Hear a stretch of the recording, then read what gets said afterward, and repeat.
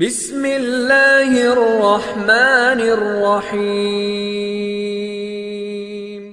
قال إنه يقول إنها بقرة لا ذلول تثير الأرض ولا تسقي الحرث مسلمة لا شية فيها.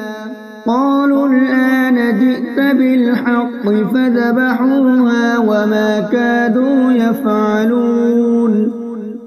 وإذ قتلتم نفسا فادارأتم فيها والله مخرج ما كنتم تكتمون. فقلنا اضربوه ببعضها كذلك يحيي الله الموتى ويريكم آياته لعلكم تعقلون. ثم قست قلوبكم من بعد ذلك فهي كالحجارة أو أشد قسوة.